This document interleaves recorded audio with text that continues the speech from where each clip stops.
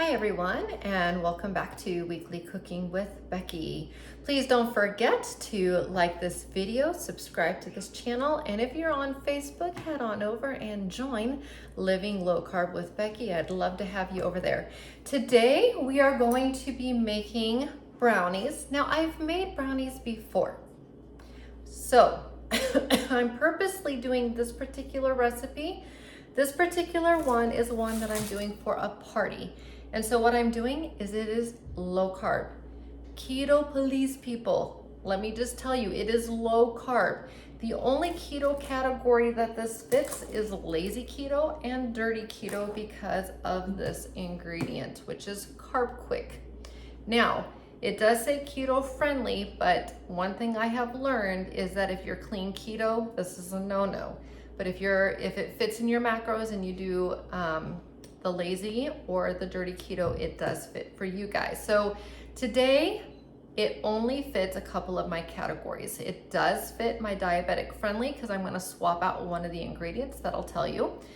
And it does fit my low carb perfectly, and then the lazy dirty keto. So those are my categories. With that said, this is a wonderful brownie dish for parties when you're gonna be feeding people of various food groups and you want something that they're not gonna go, oh, I'm not sure I'm gonna like it. Make this one. Let's get started. All right, so right now I have my KitchenAid mixer out. And in my KitchenAid mixer, I currently have, I'm just trying to find where I have it, 2/3 of a cup of coconut oil, 2 eggs, 1 cup of Swerve. The recipe says Splenda. I like to be diabetic friendly. No chemicals, no chemicals. Splenda's an artificial sweetener, so I'm gonna ask that you don't do that. You need to use a Swerve or a monk fruit or an allulose, right? We need to stick with the all natural sweeteners. So I'm using Swerve. So that's my sub out to stay diabetic friendly, no spike in our sugar. So 2/3 cup of coconut oil, 1 cup of Swerve, 2 eggs, 1 teaspoon of vanilla extract, and since this is going to a group, I'm using Swerve. Now some of you may be thinking, ooh, it has a cooling effect. So I added 10 drops of liquid, just clear liquid stevia. A little bit of a magic trick here. Swerve doesn't sweeten as much as monk fruit or allulose. It's pretty close. By just adding 10 drops to an 8x8 pan recipe or 20 to a 9x13, just doubling it out, you will get the right sweetness and stevia cuts through the cooling effect. No one will know. So 1 cup of Swerve, 10 drops of liquid stevia. That's if you want to make it diabetic friendly. All right, so at this time, I'm going to mix all of those and I'll see you once they're mixed and we start to incorporate our dry ingredients.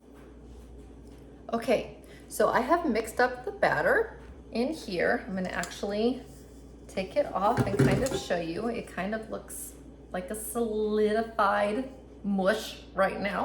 We're gonna make it change here just a little bit. And I'm gonna go ahead and bring this back up to me and then I'll bring it back down. So at this time, in this bowl that you can see all the chocolate in this bowl, I have 1 1/3 cup of Carbquick. You can also use a carbulose flour. So basically carbulose flour or Carbquick, one or the other. 3/4 cup of cocoa powder, 1/2 teaspoon of baking soda, and that's it. Now, whisk it just with a dry whisk.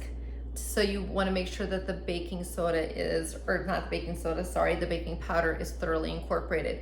We're going to start to mix these and the mixture is going to appear dry. So in another, I have a cup here, in another container, I have 1/2 plus a tablespoon of water. Once we're done, we're gonna start adding water until it gets to a brownie consistency. Once it reaches brownie consistency, we stop adding water. So let's go ahead and do this step together. Let me aim it down. So I'm gonna go ahead and add a little bit of this to the mix. All right. And let's get going.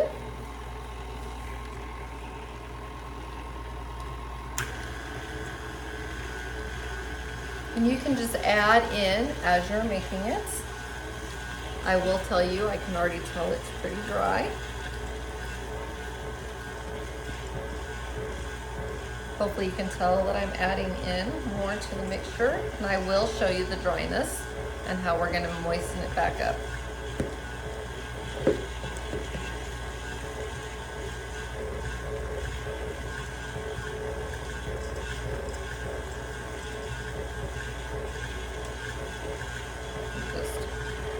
Just dump it all in there.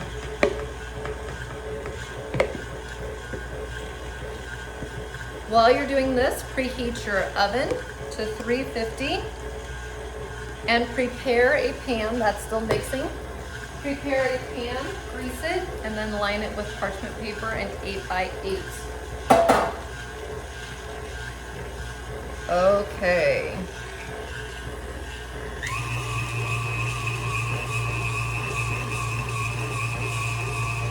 So now this is where I want to show you. Look at all of that. It is very, very thick. You'll notice it's way too thick to be a brownie batter. It is crumbly, okay? So at this time, I'm still leaving it in the pan. I'm gonna go ahead and take the scraper off, or my spatula here. Oops. I tried not to push it down, and I'm just going to try to get some of those pieces down into the bottom. It's the good thing about these spatulas. You just kind of push some of these pieces loose, help them out a little bit. We're going to start with 1/4 of a cup of water, and we're just going to go from there. You may end up adding the entire amount. You may not.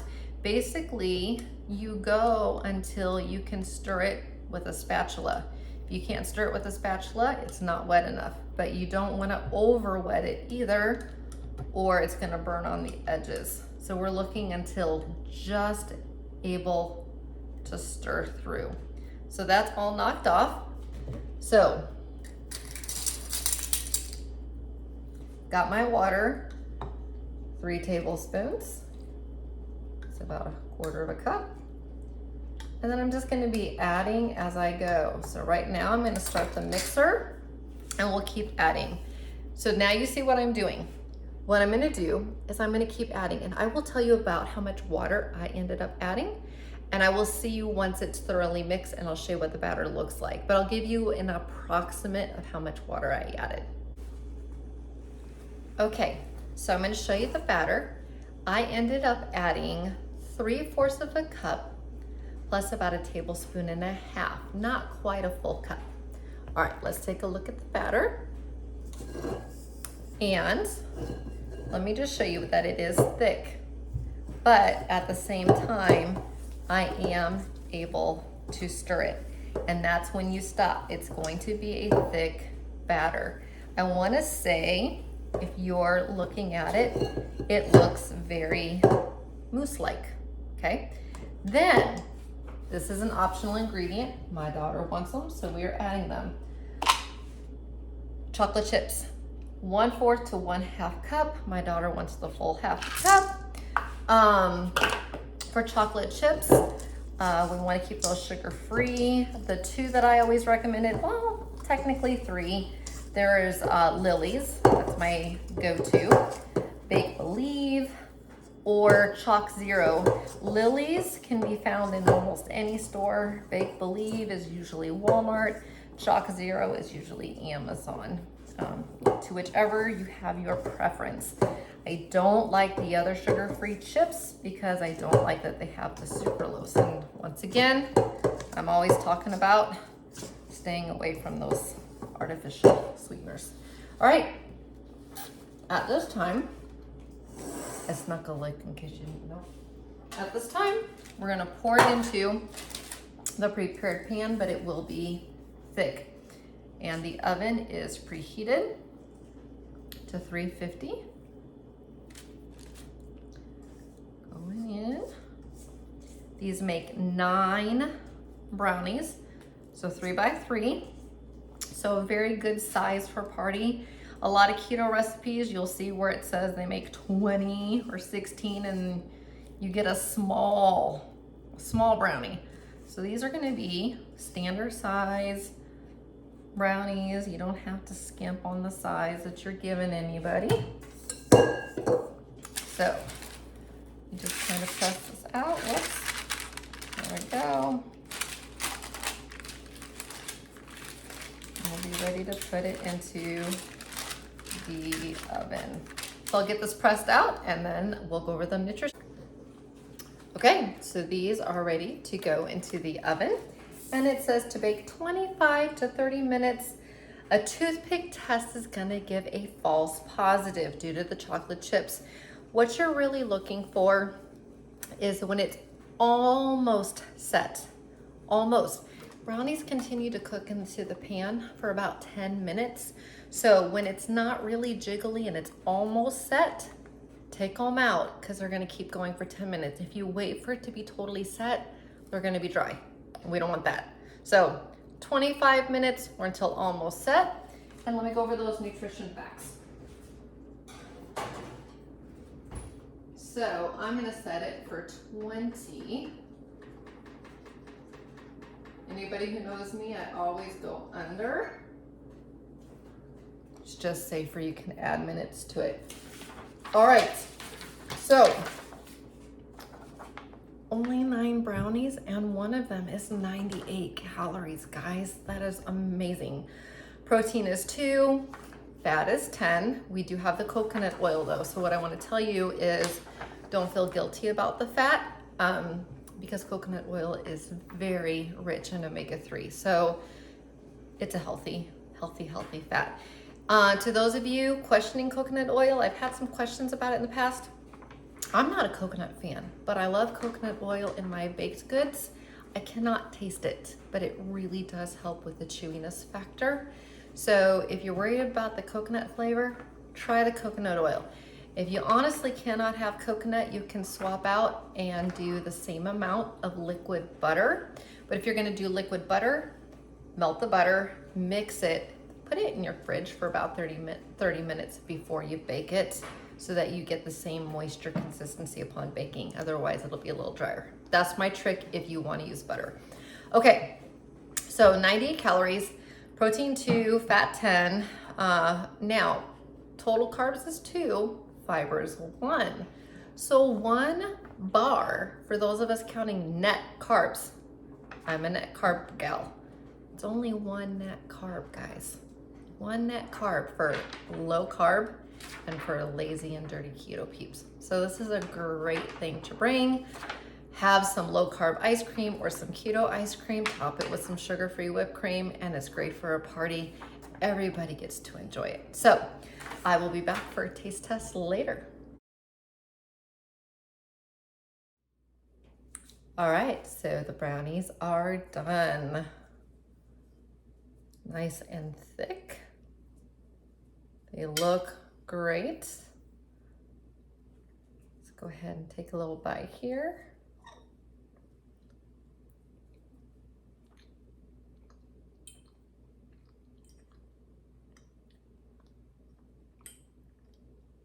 Very chewy. Even had a little bit that stuck on the bottom. Really good, and that thickness is perfect for like making a brownie sundae. That'll be really, really good, or just eating plain as a brownie. So this is using Carbquick. Feel free to check out my other videos where they're pure keto, or if you're lazy keto or low carb, these work just as fine and they taste great too. So enjoy and make some at 1 carb piece. All right, see you next time. Bye.